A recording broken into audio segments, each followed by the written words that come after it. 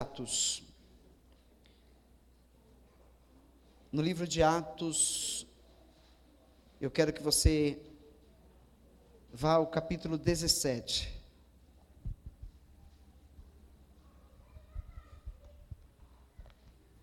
No capítulo 17, nós vamos partir do versículo de número 15.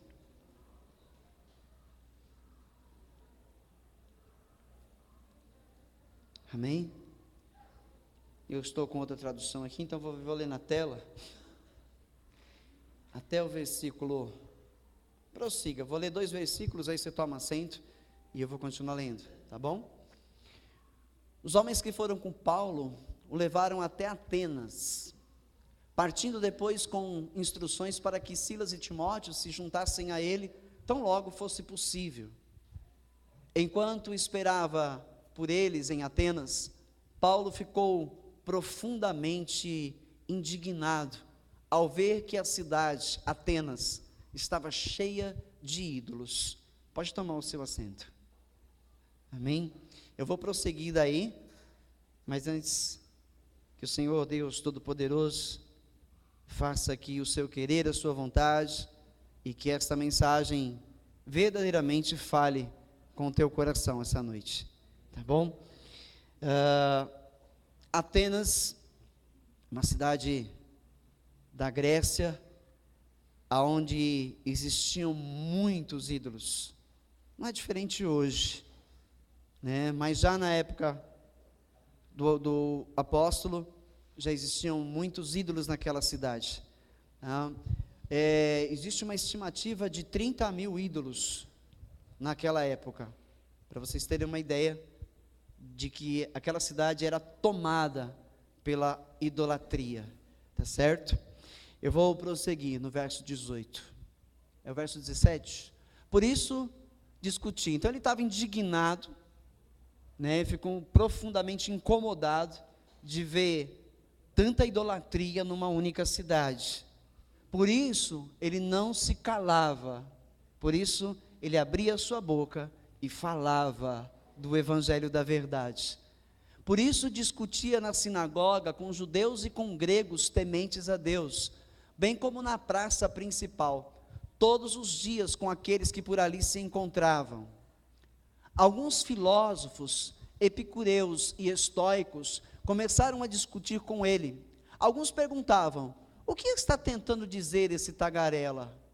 Outros diziam: parece que ele está anunciando deuses estrangeiros, pois Paulo estava pregando as boas novas a respeito de Jesus e da ressurreição. Então o levaram a uma reunião do Areópago, onde lhes perguntaram: podemos saber que novo ensino ou doutrina é essa que você está anunciando? Você está nos apresentando algumas ideias estranhas e queremos saber o que elas significam.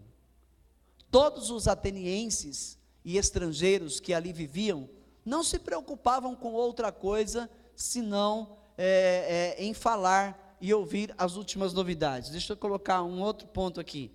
A ocupação do povo dessa cidade era saber sobre as novidades, era falar e ouvir, era a ocupação principal da cidade. Eles não faziam outra coisa a não ser querer saber sobre as novidades. E o apóstolo chegou lá com uma novidade, anunciando um Jesus que morreu numa cruz e ao terceiro dia foi ressuscitado e subiu aos céus e vai voltar para buscar o que é seu. Todos aqueles que o temerem, todos aqueles que entregarem suas vidas a Ele e para Ele viverem sobre essa terra. Então ele estava com essa novidade, só que essa novidade é a verdade de Deus sobre toda a idolatria daquela cidade, não é certo? Então eles não se preocupavam, né, com outra coisa senão falar ou ouvir as últimas novidades.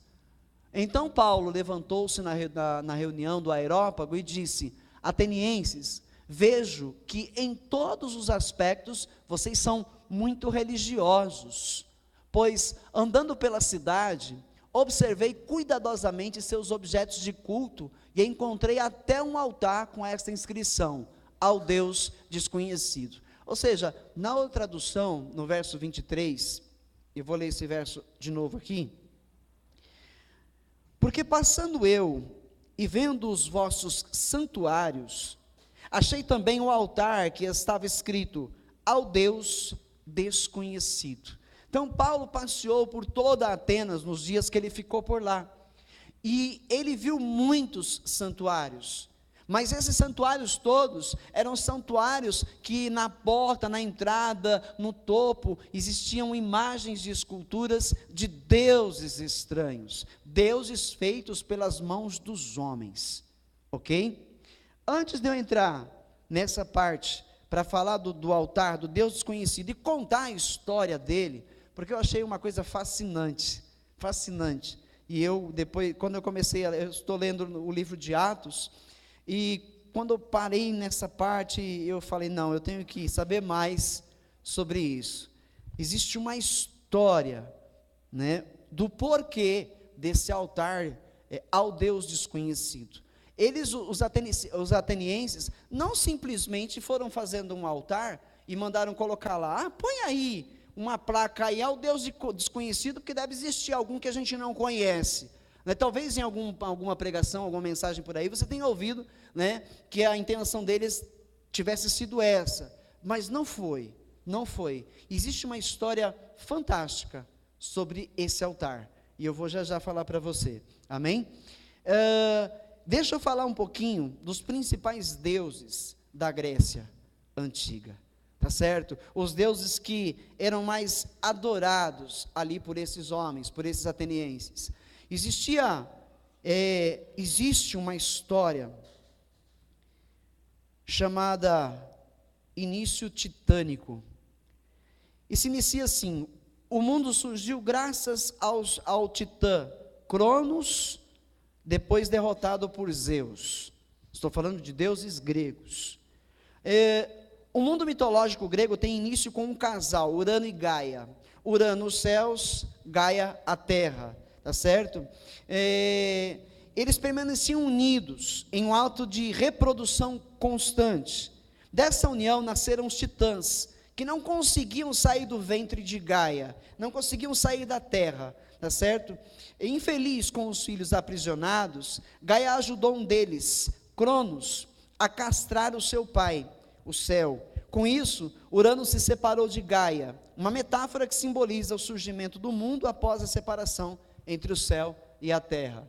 Nós, os cristãos, sabemos pela palavra de Deus que essa separação se deu por conta do momento em que Deus cria novamente o planeta Terra, tá certo? Porque a Bíblia diz que no princípio Deus criou os céus e a terra, e esta estava sem forma e vazia, ou seja, um evento aconteceu no planeta que o destruiu, ou seja, a queda de Satanás do reino de Deus, porque Satanás era um anjo de adoração, era um anjo que adorava a Deus, mas um dia ele se achou tão importante nos céus, ele se achou tão melhor do que os demais, que comparou-se a Deus, e então quis fazer um trono acima do trono de Deus, e quando isto ocorreu, Deus lançou ele no nosso planeta, talvez habitado pelos dinossauros, né? Talvez habitado por esse tipo de animais, há milhões de anos atrás. Então Deus lançou Satanás no planeta e o destruiu. Por isso, segundo o versículo diz de Gênesis, que a terra era sem forma e vazia. Ela não foi criada assim, porque Deus diz na sua própria palavra que Ele não criou a terra vazia. Porém, ela estava vazia e sem forma. Depois, no terceiro versículo, diz que o Espírito de Deus pairava sobre as águas, sobre a face das águas. Então, disse Deus, haja luz, e o conhecimento veio sobre a terra, e ele voltou a ter forma, porque Deus deu forma à terra outra vez. Amém?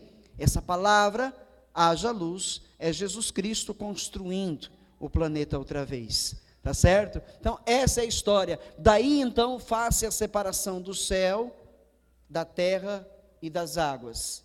Amém?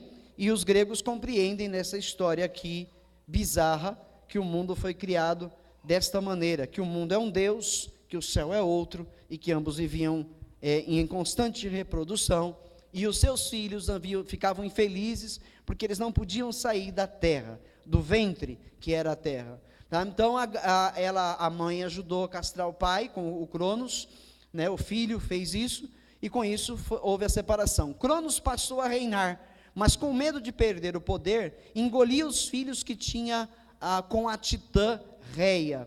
Um deles, Zeus, escapou desse destino e resgatou os irmãos. Zeus derrotou Cronos em uma grande batalha que deu início à era dos deuses. Tá?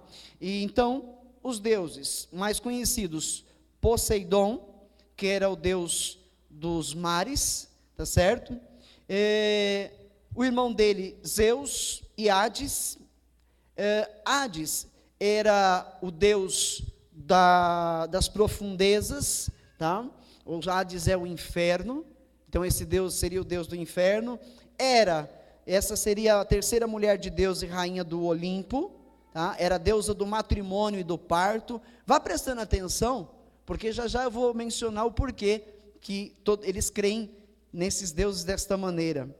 Aí vem o Zeus, o filho mais novo de Cronos e Reia, tá? É o líder dos deuses que vivem no Monte Olimpo. Ele impõe a justiça e a ordem, lançando relâmpagos construídos pelos ciclopes.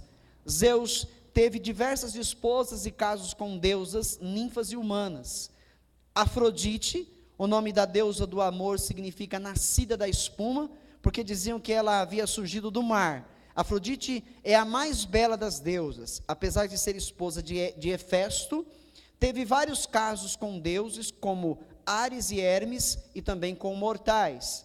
Aí vem o Hefesto, filho de Zeus e Hera. Hefesto nasceu tão fraco e feio, que foi jogado pela mãe no oceano, resgatado por ninfas. Virou um famoso artesão. Impressionados com o talento dele, os deuses levaram Hefesto ao Olimpo e o nomearam deus do fogo e da forja. Ares, o terrível deus da guerra, é outro filho de Zeus e Hera. No campo de batalha, pode matar o mortal apenas com seu grito de guerra. Morreu. Pai de vários heróis, humanos que são protegidos ou filhos de deuses. Ares ainda se tornou um dos amantes de Afrodite. Apolo, o deus da luz, representada pelo sol, das artes, da medicina e da música, é filho de Zeus com uma titã Leto. Na juventude era vingativo, mas depois se tornou um deus mais calmo, usando os poderes para a cura, música e previsões do futuro. Ártemis, irmã gêmea de Apolo, é a deusa da caça, representada por uma mulher com um arco contraditoriamente. Também é a protetora dos animais. Ártemis é uma deusa casta, ou seja, virgem, que fica furiosa quando se sente ameaçada. Ártemis seria a deusa Diana dos Efésios, lá na carta do apóstolo Paulo aos Efésios. Hermes, filho de Zeus com a deusa Maia, o mensageiro dos deuses, é o protetor de viajantes e mercadores, representando como um homem de sandálias com asas. Hermes tinha um lado obscuro, às vezes trazia mentiras e falsas histórias. Eles eram deuses, ou são deuses, mas tem muitos mentirosos, mulherengos, e daí por diante, são deuses. Atena é a deusa da sabedoria e filha de Zeus, com a primeira mulher dele, Metis. Seu símbolo é a mais sábia das aves, a coruja, habilidosa e especialista nas artes e na guerra. Atena carrega uma lança e um escudo chamado égide. Tá certo? Esses são alguns deuses. Vou falar dos mesmos deuses com os nomes romanos. Tá? No grego, Zeus, aos romanos, Júpiter. Hera no grego, Juno, em romano, dos romanos. Aí vem Hades, deus grego, que para os romanos chama-se Plutão. Poseidon, para os romanos, é Netuno. Atena, Minerva, para os romanos. Hermes, que é o grego, Mercúrio para os romanos. Apolo, não mudou. Ártemis, Diana, como eu tinha dito, para os romanos é Diana. Hefesto é Vulcano. Afrodite, Vênus. E Ares, Marte. Esses são alguns dos deuses da mitologia grega. Eu acho que vocês já devem ter assistido filmes, né, que fala desses nomes, que tem lá os Zeus lá com aquele raio na mão, e ele lança o raio nas pessoas na terra, né, aquele que voa, e nos pezinhos dele tem as asinhas, que é o Hermes, o Hércules, que é um filme que parece que está no cinema. O Hércules seria filho dos deuses, seria filho de um deus com uma mulher mortal, tá? Então são tudo histórias da mitologia grega antiga e preservada até os dias de hoje. Aqui no nosso país não é muito diferente. O nosso país tem muitos deuses também, e eles têm nomes diferentes nas demasiadas religiões que estão no nosso país, tá certo? Por exemplo, o espiritismo e o catolicismo têm praticamente os mesmos deuses, só que eles recebem nomes diferentes numa e noutra religião. Só para você entender, lá no espiritismo existe a Iemanjá, que seria a rainha dos mares, não é isso? E no catolicismo, Iemanjá é Aparecida, tá? É a Aparecida, é a mesma deusa, tá certo? E indo à história antiga, Iemanjá, a Aparecida é a mesma Ártemis, Diana, que é a rainha dos céus. Compreende-se no mesmo demônio, assim dizendo, tá certo? Na mesma enganação. E assim por diante. Deixa eu ver se eu lembro do São Jorge. São Jorge, no catolicismo, quem sabe? São Jorge, no espiritismo, Ogum, tá certo? Obrigado, Tiago. Então tem alguns aí, faz tempo que eu não estudo isso, mas tem muitos, todos eles têm nomes diferentes, para que eles sejam adorados, tanto numa religião como noutra, e a enganação permaneça, tá ok? Então, uma cidade com tantos deuses, por que tantos deuses? Por que tantos? Porque as pessoas nunca se contentaram com um único Deus. As pessoas decidiram lá não crer em um único Deus, em uma única divindade que tem poder sobre tudo e sobre todos, e que governa tudo. Não, eles queriam deuses apalpáveis, que eles pudessem tateá-los, que eles pudessem ver com os olhos. Então eles começaram a criar seus deuses, e isso se tornou uma fonte de grande lucro em Atenas. Lá existiam muitos artesãos, muitos artífices, homens que construíam, que esculpiam imagens, tá? Então isso trazia riqueza a eles. Então eles viviam em constante trabalho, fazendo mais e mais imagens, ao ponto de terem ali pelo menos 30 mil ídolos. Então, o que aconteceu aqui, agora, depois que você compreendeu um pouquinho do que acontecia em Atenas, vamos ao altar do Deus desconhecido. Nasceu um homem, por volta do ano 600 antes de Cristo, chamado Epidemes. Tá? Esse Epidemes era um filósofo, mas era também um homem que acreditava nesse Deus desconhecido. Tá? Esse homem era conhecido. E aconteceu que Atenas passou por uma praga terrível que assolava a terra. Atenas ficou assolada por vários meses, por uma praga que estava destruindo Atenas, que estava destruindo a paz, a alegria, a saúde, estava acabando com o ânimo das pessoas em Atenas. E eles começaram a fazer cultos aos seus deuses, começaram então numa incansável procura por qual é o Deus responsável por remover, qual seria o Deus responsável por remover aquela praga de Atenas. Tá? Essa história está registrada nos livros antigos, na internet você encontra, tá certo? Então, Epidemes foi chamado para ir até Atenas, para ser consultado por esses atenienses, se não seria esse Deus, o Deus que ele dizia ser um Deus desconhecido, talvez o responsável por aquela praga, e só ele pudesse removê-la. Então eles fizeram cultos a todos os seus deuses, apresentaram sacrifícios aos seus deuses, e a praga continuou assolando aquela cidade. Então veio Epidemes, e ele, de maneira interessante, apresentou o Deus desconhecido. Ele fez 3 afirmações, né?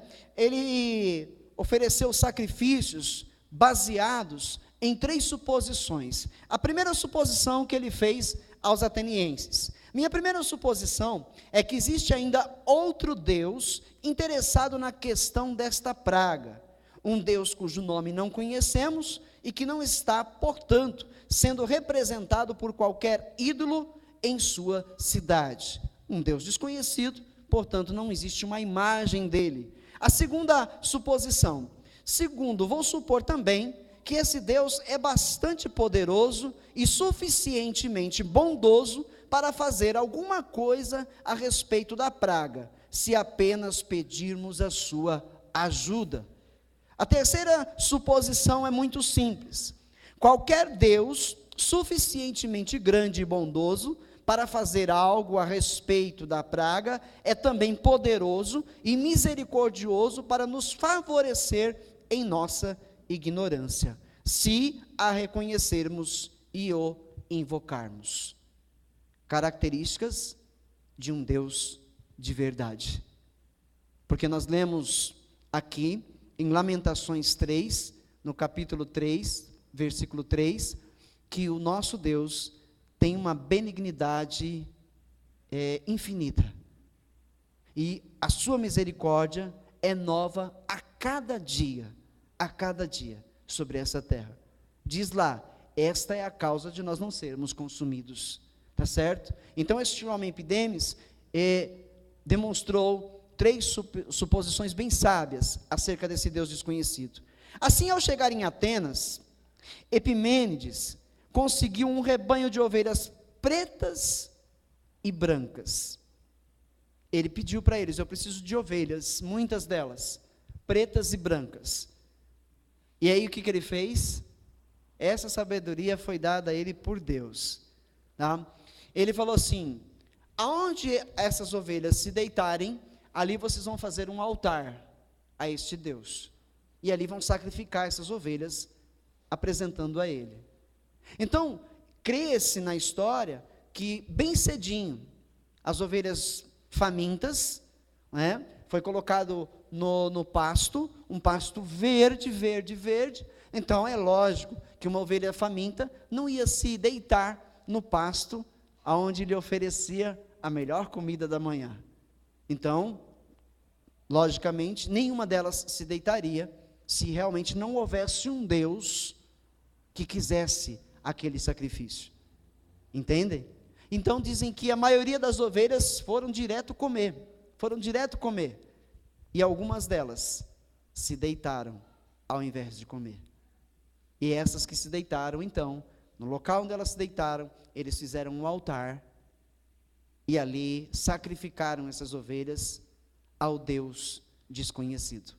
Por isso depois eles colocam uma placa naquele altar, e deixam o altar lá, altar ao Deus desconhecido. Por quê? Diz a história que após eles terem feito esse sacrifício ao Deus desconhecido, a praga foi removida de Atenas. Ela deixou de existir. Ela não assolou mais aquela cidade. E é uma história verídica. Amém? Ela está registrada na história dos antigos filósofos, da antiga Atenas. E aí permaneceu. E eles continuaram depois adorando seus deuses, até os dias de Paulo. E aí nós chegamos no texto. Paulo passeando pela cidade, vendo todos aqueles santuários, todas aquelas imagens, de repente se deparou com esse altar, e olhou para esse altar.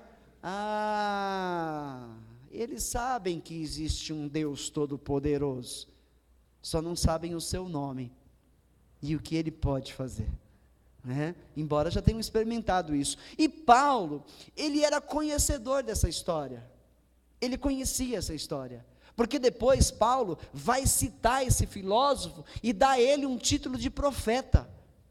Paulo vai dar àquele homem um título de profeta, e nós vamos ver isso na palavra de Deus, tá certo? Pois andando pela cidade, observei cuidadosamente seus objetos de culto, seus santuários, e encontrei até um altar com esta inscrição: ao Deus desconhecido. Ora, o que vocês adoram, apesar de não conhecerem, eu lhes anuncio. Eu vim anunciar para vocês o Deus que vocês adoram sem conhecer. E o que eu quero dizer também aqui para nós nos dias de hoje? É que hoje a igreja de Cristo está fazendo a mesma coisa. Essa história está se repetindo. A igreja do Senhor está adorando um Deus ao qual não conhece.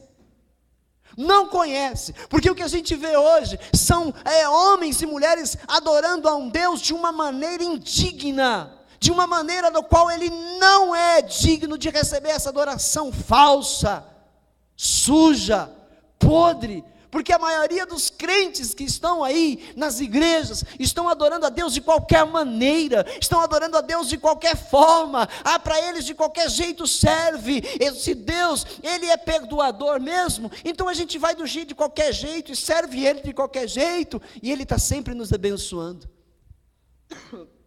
Eu ouvi uma vez, uma pregação descrachada de um pastor. Eu estava lá, na inauguração de uma igreja, e ele pregou assim, dizendo que o nosso Deus é um Deus fácil de fazê-lo se derreter por nós.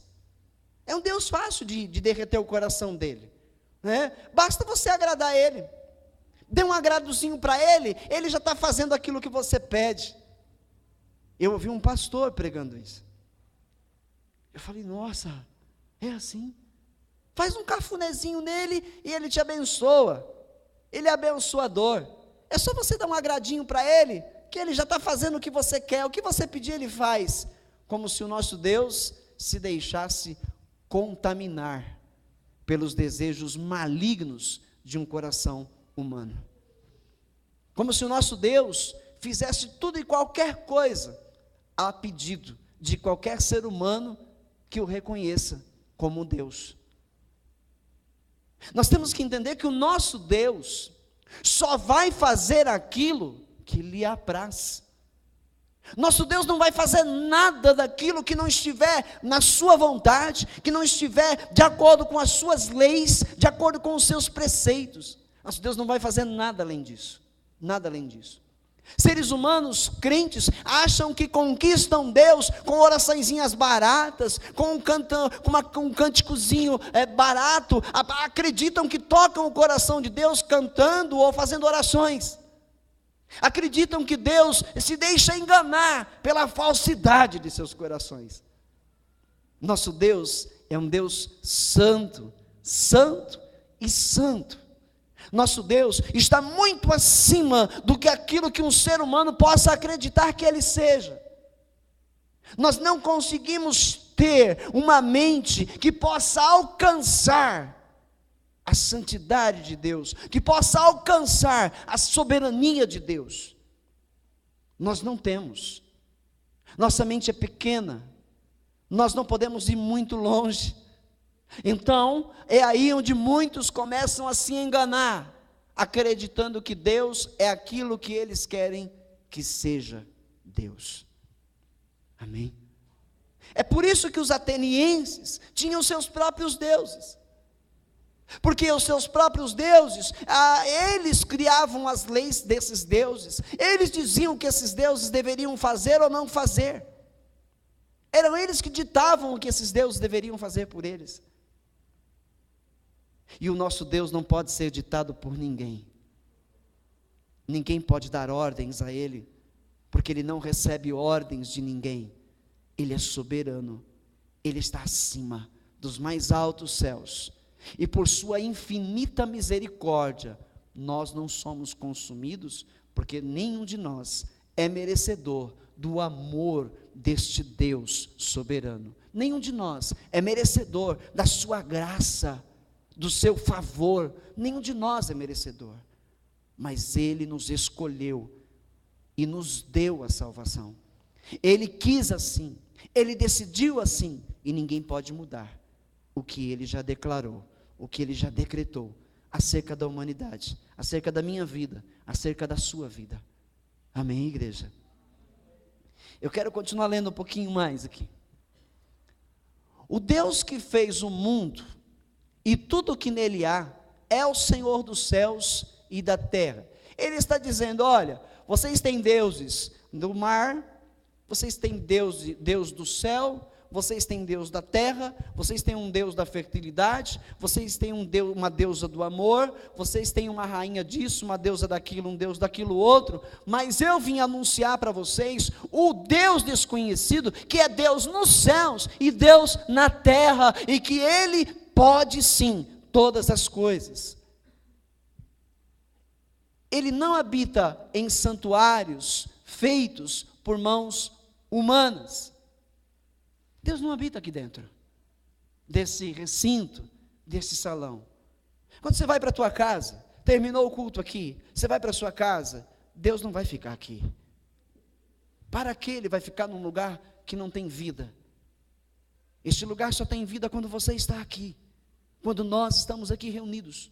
Só tem vida quando nós nos reunimos. Então este Deus se faz presente. Ele se faz presente para ser cultuado, para ser adorado, para ser louvado por nós, mas Ele deseja de nós um culto consciente, um culto racional. Ele deseja de nós um culto com entendimento. E o que nós vemos hoje? Muitos se entregam, a práticas estranhas, a movimentos estranhos no momento de um culto. Parece que entram em transe, parece que ficam em êxtase, fica uma coisa louca, maluca.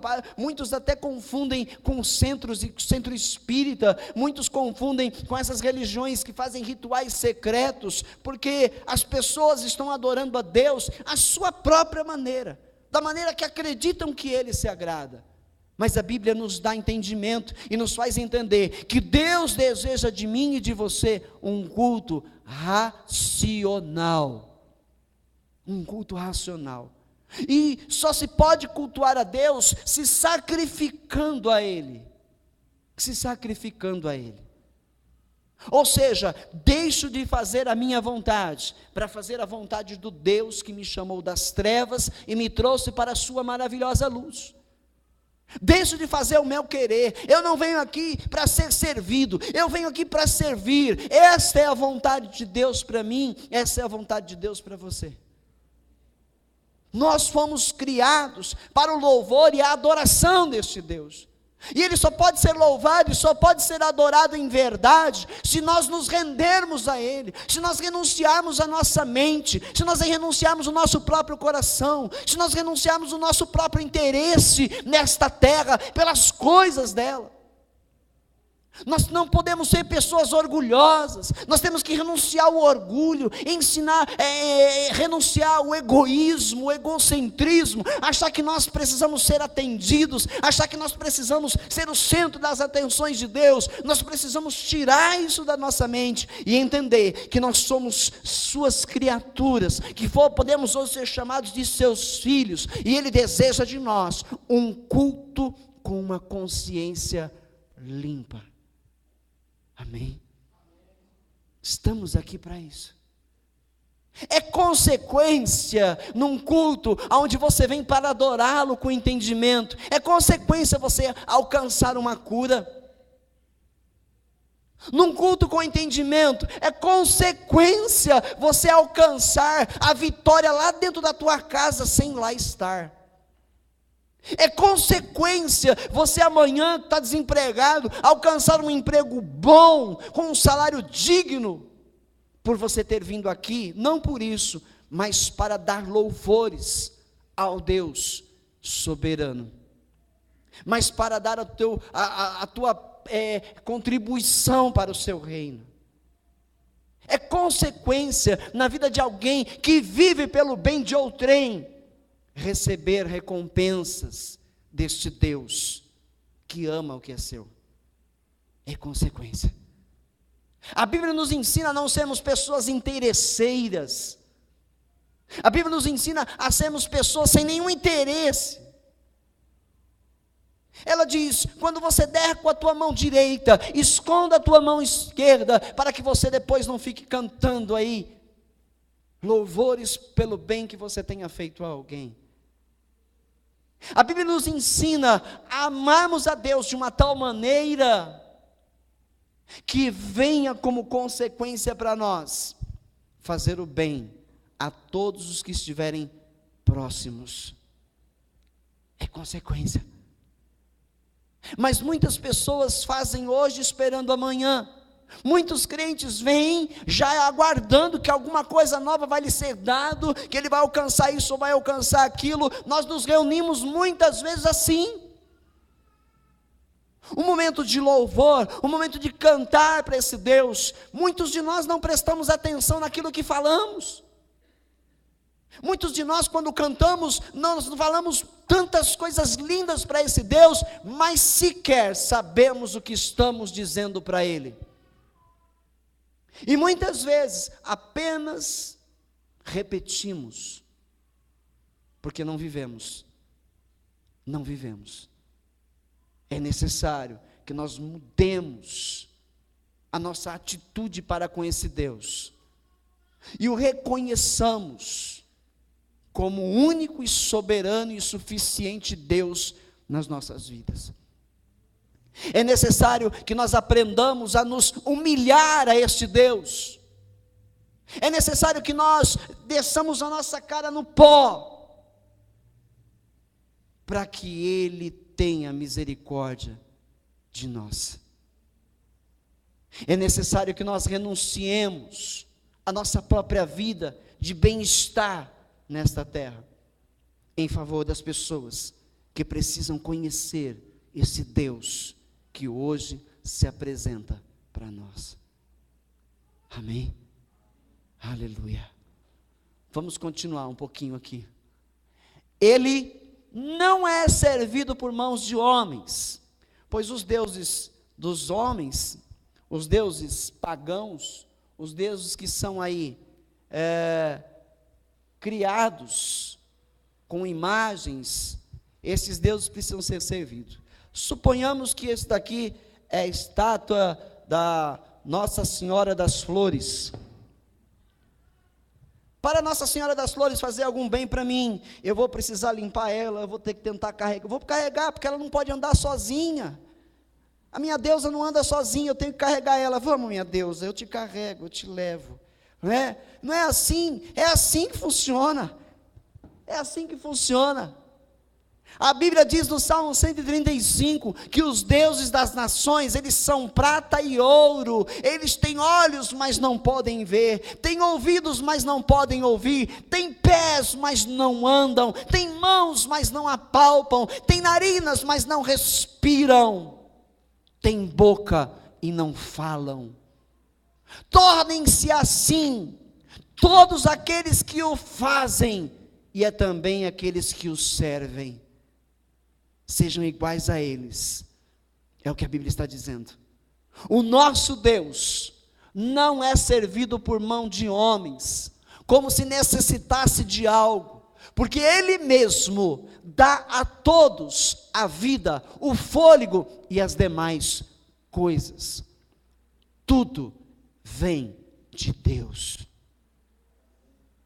Os seres humanos religiosos tem o Deus da chuva, tem o Deus do sol. Nós temos o Deus da chuva, do sol, da natureza, dos céus e da terra, em um único ser, que criou todas as coisas. Yahvé é o seu nome. Grande eu sou.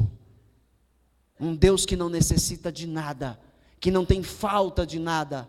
Amém? Deus, de um só, fez Ele todos os povos, de um único homem, fez todos os povos, para que povoassem a terra, tendo determinados tempos anteriormente, estabelecidos e os lugares exatos em que deveriam habitar. Você nasceu no Brasil, porque Deus já havia determinado que você nascesse no Brasil, E daí tem aquele que ainda fala, eu queria ter nascido nos Estados Unidos, país de primeiro mundo, por que eu não nasci lá? Porque Deus escolheu aqui para você nascer. Amém? Deus escolheu aqui para você nascer. É assim, aleluia. Deus fez isso para que os homens o buscassem, e talvez, tateando, pudessem encontrá-lo, embora não esteja longe de cada um de nós. Pois nele vivemos, nós vivemos em Deus. Toda a humanidade sobre a terra vive em Deus. Se algum ser humano conseguir sair do planeta e ir a um outro planeta, lá ele vai viver em Deus. Se ele estiver numa espaçonave, lá no espaço sideral, lá ele está em Deus, porque Deus está presente em todo o universo. O universo foi feito por Ele.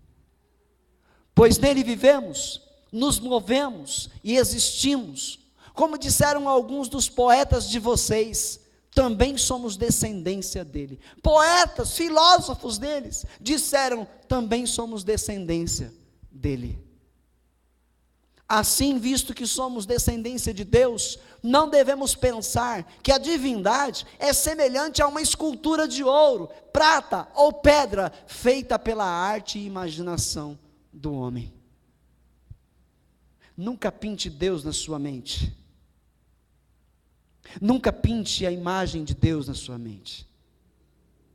Pois Deus é espírito e não pode ser visto por ninguém. Amém? Amém, igreja?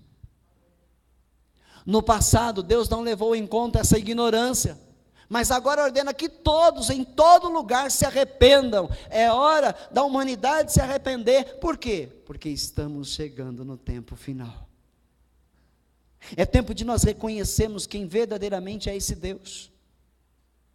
Senhor, se o Senhor não me der essa semana aquela bênção, eu não vou na igreja um mês, tá bom? Como se o nosso Deus pudesse aceitar tal negociação. Deus faz se Ele quiser. Se Ele não quiser, você pode ficar sem vir na igreja uma semana, um mês, um ano, 10 anos, Ele vai continuar sendo Deus soberano em glória. E você, um Zé Ninguém, sem a presença dEle. Sem Deus, não somos nada. Amém? Absolutamente nada. Pois estabeleceu um dia em que há de julgar o mundo com justiça, por meio do homem que designou, Jesus Cristo, e deu provas disso a todos, ressuscitando-o dentre os mortos. Quando ouviram sobre a ressurreição dos mortos, alguns deles zombaram, começaram a zombar, pronto, agora vai dizer que os mortos ressuscitam, e outros disseram, a esse respeito nós ouviremos você outra vez. Muitos ficaram interessados em saber mais sobre a ressurreição. Está preparado para mim e para você a ressurreição no último dia, pois todos morreremos e seremos ressuscitados por Jesus, para encontrarmos com Ele nos ares, para estarmos com Ele aonde quer que Ele esteja na eternidade. Está preparado esta ressurreição para quem crer nele, para quem confiar nele, e para quem o exaltar como Deus, soberano, Senhor, e não servo. Deus não é servo de ninguém, Ele não vai atender a ordenança humana de ninguém, amém? O ser humano, por mais importante que ele seja nesse planeta, ele é absolutamente nada para este Deus, amém? Com isso, Paulo retirou-se do meio deles. Lá em Tito, no capítulo 1, na carta que esse mesmo apóstolo escreveu a um dos seus servos, Tito. Tito era um homem gentil, né? Ele nasceu lá em Creta, ele era um cretense, ele era um perdido também, que ia, na onda dos filósofos daquela época, mas um dia ele ouviu Paulo pregando, e ele pôde conhecer a verdade, e ser liberto por ela, e aí ele passou a ser um discípulo dessa verdade, pregando ela por onde quer que ele andasse também. E aqui Paulo diz para ele, no verso 10,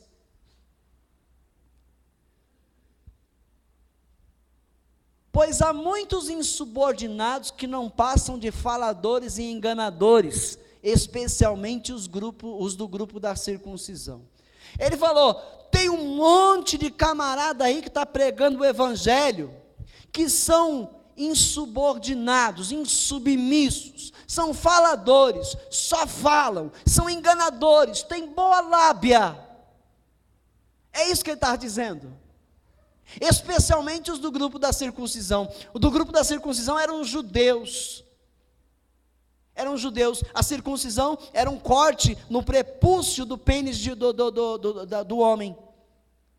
E todos, aí, depois que Cristo vem e prega a palavra da verdade, e morre, ressuscita, ele acaba com esse tipo de mandamento.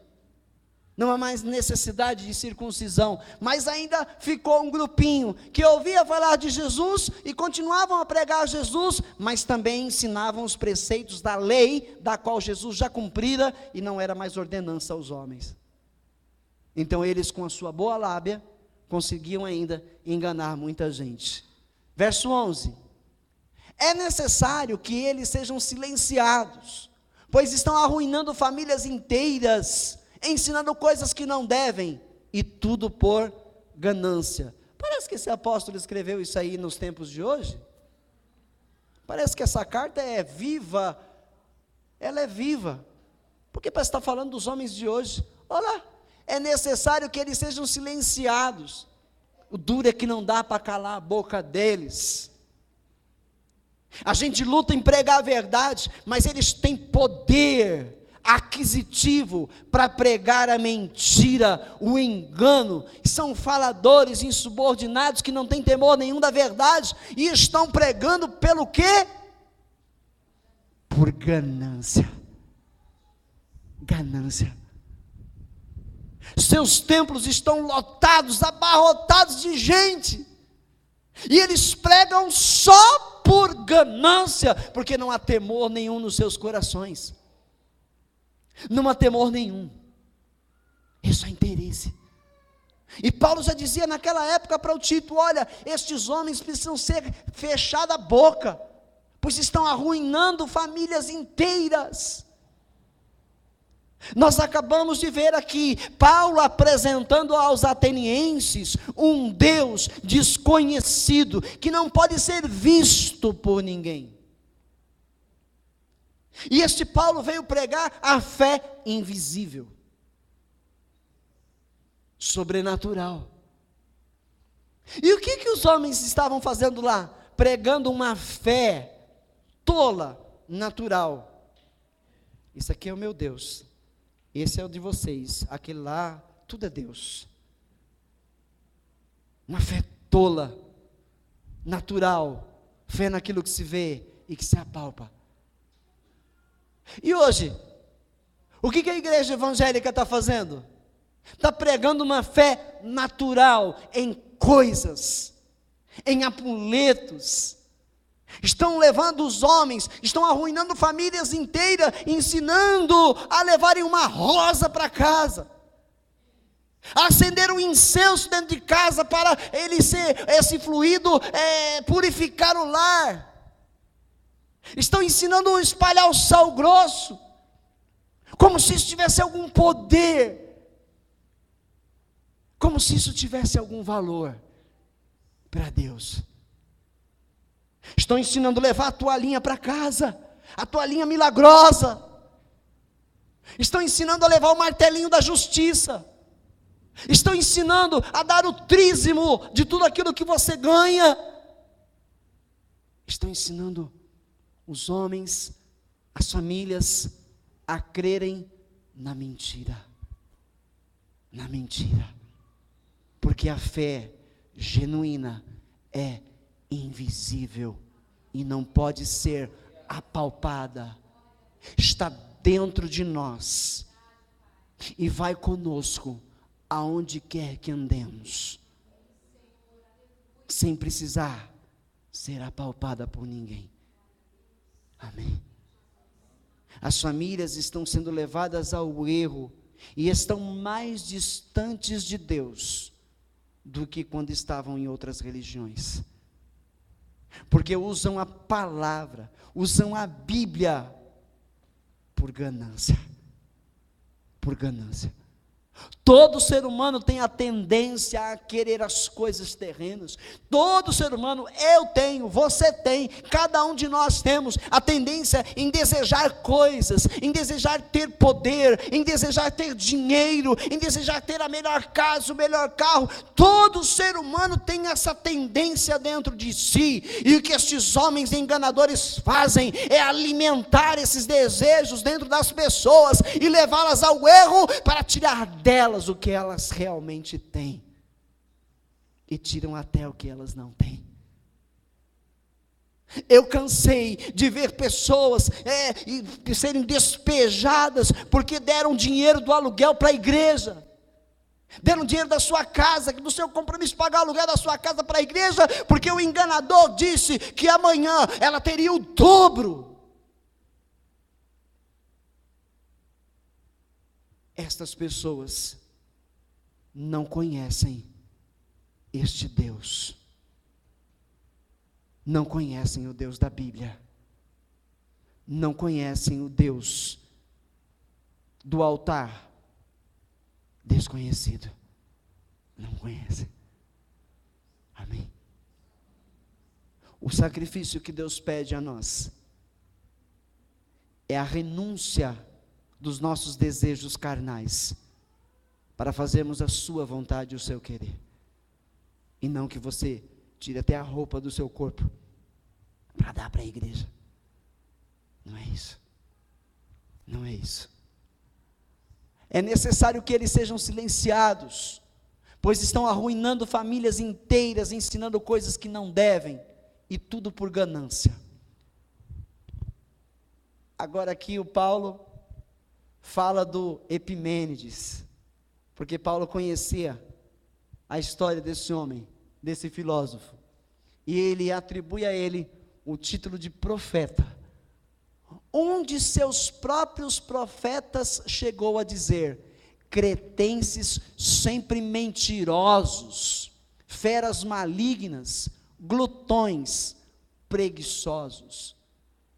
Essa frase é de Epimênides. Essa frase é do filósofo. E Paulo faz questão de citá-la na carta escrita para o Tito. Faz questão de dar a este homem um título de profeta. Um dos seus próprios profetas chegou a dizer: cretenses sempre mentirosos, feras malignas, glutões preguiçosos. Verso 13: tal testemunho é verdadeiro, portanto, repreenda-os severamente, para que sejam sadios na fé. Até quando vamos aceitar serem enganados por estes homens faladores? Até quando vamos concordar com o que eles pregam? Até quando vamos ficar calados e deixar de pregar a verdade aos que estão sendo enganados? Você tem que abrir tua boca e falar de Jesus, e ensinar que Jesus é o Senhor, ensinar que Ele morreu para salvá-lo, e não para lhe dar riquezas. Morreu para salvá-lo, e não para lhe dar uma boa vida sobre esta terra. A Bíblia no Novo Testamento não prega prosperidade terrena, não prega. 12 apóstolos, 11 deles morreram perseguidos. Que prosperidade é essa?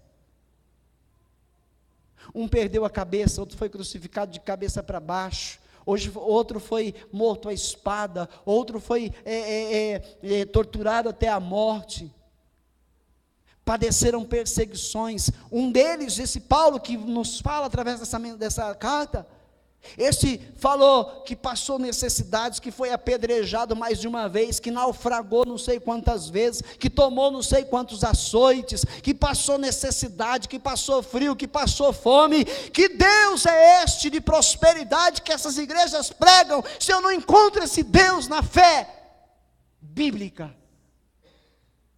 Eu não encontro esse Deus que está dando carro e casa para ninguém na Bíblia. Eu encontro um Deus que está falando que aqueles que vão servir ao Senhor Jesus precisarão padecer necessidades, precisarão padecer sofrimentos, perseguições também, para alcançar a vida eterna. Para você ser alguém dentro da empresa que você trabalha, você tem que aceitar ser subornado. Para você alcançar lá o que você quer, você tem que fazer o que eles mandam você fazer. Você tem que mentir, você tem que pisar nos outros, para você alcançar o que você quer. E eu já vi crente pisando nos outros, mentindo, sendo subornado, aceitando suborno, pregando na igreja e dando testemunho de riqueza, alcançado de maneira indevida. Percebe? Percebe? O Deus da Bíblia diz: busca primeiro o meu reino, a minha justiça, e o que você precisa, eu vou acrescentar na sua vida. É esse o Deus da Bíblia. Vai nos dar o que nós necessitamos. Você tem quantos carros? 3? Você usa os 3? Você tem 6 mãos, 6 pés, você usa os 3. Enquanto o seu irmão está a pé, enquanto ele vai trabalhar pegando ônibus, trem, metrô, é assim. Essa é a justiça de Deus. Deus dá para uns e não dá para outros. Deus enriquece uns e não enriquece os outros. Esse não é o Deus da Bíblia.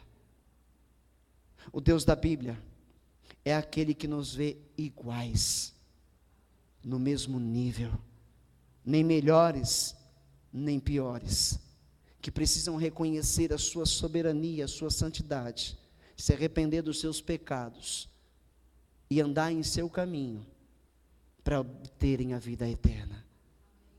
Amém? É só uma vida. Logo tudo vai terminar. Logo tudo vai acabar. E o que temos? Para quem será? E o que recebemos? A quem daremos? Pare e pensa nisso. O que é que Deus está falando com você hoje? Por que você tem buscado a Deus? Qual é o verdadeiro motivo de você buscar a Deus? De você fazer parte de uma igreja? De você buscá-lo junto com outras pessoas? Qual é o verdadeiro motivo pelo qual você o faz? Amém? Deixa eu terminar esse texto. E não deem atenção a lendas judaicas. As lendas judaicas hoje podiam ser essas coisas que você ouve no rádio, na TV. Eu estava na sarjeta, não tinha mais o que comer, virava a lata do lixo, comia pão duro, macarrão podre, e agora tenho 5 carros importados, 2 empresas, tenho uma conta 5 estrelas, com um limite de R$100 mil. Ontem eu estava na sarjeta e hoje eu estou sobre as riquezas desse mundo. Esse é o diabo. É o diabo.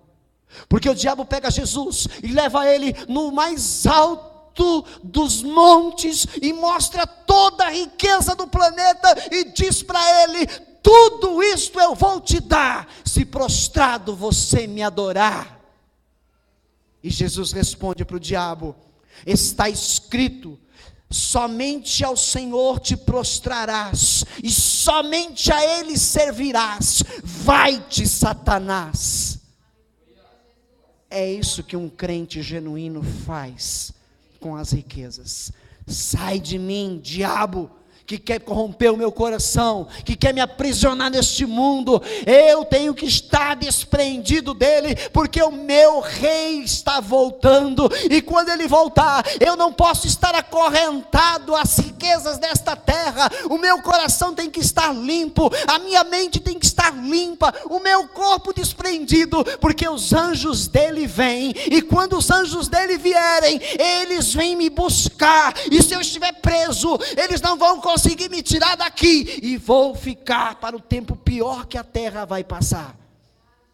Eu tenho que estar livre das coisas terrenas, para alcançar as riquezas que Deus tem preparado para mim, nos céus de sua glória. Amém. Não é errado você fazer uso das coisas que Deus te dá, mas não se apegue a elas. Não se apegue a elas. Não deixe o caminho da verdade por elas. Deus quer você limpinho de todas essas coisas, para você herdar a vida eterna. Amém. O dom mais precioso, o presente mais precioso que Deus deu a um ser humano, é a salvação. É a salvação. Pois não sabemos mais quantos dias temos sobre esta terra. O mundo, as coisas nele, nos avisam: Jesus está voltando. Foi dito em reportagens que a Cantareira só tem 50 dias de água. 50 dias. Acorda, igreja. Jesus está voltando. Acorda. Não perca a sua fé. Não perca a sua fé. Mantenha-se firme nele, porque ele cuida de você aqui. Não se desespere, mas entenda que o mundo está anunciando, os céus e terra anunciam a volta do nosso Salvador. Amém. Tem mais um versículo, né? Para os puros, todas as coisas são puras, mas para os impuros e descrentes, nada é puro. De fato, tanto a mente como a consciência deles estão corrompidas. Eles afirmam que conhecem a Deus, mas por seus atos o negam. São detestáveis, desobedientes e desqualificados para qualquer boa obra. Amém? Ouça a palavra da verdade e siga a verdade. Não se deixe enganar. Se você quiser ser enganado, é facinho. Basta querer. E você vai se iludir. E vai acreditar num monte de baboseira, num monte de besteira que ensinam por aí. E vai dizer: pastor, estou saindo dessa igreja. Estou indo para uma igreja melhor. Porque lá eu vejo muitas pessoas com testemunho poderoso, que foram curadas, que hoje são empresários, que hoje tem isso, que hoje tem aquilo outro.